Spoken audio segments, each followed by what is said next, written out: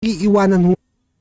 Kasi yung ngaw-ngaw ng ngaw-ngaw dyan, na hindi malaman, diba? Hindi natin alam kung anong plano niya, kung ano, diba? Kung sa isko nun, pinaliwanag yung Maynila, yung isa naman kumulimlim, yung isa naman gusto magpadilim. Tama? Ayun o, 74% na hindi ka nakahabol.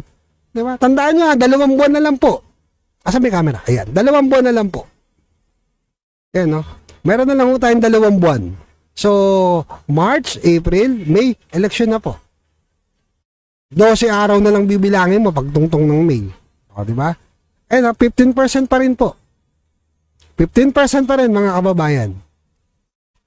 15% si Sam Bersosa.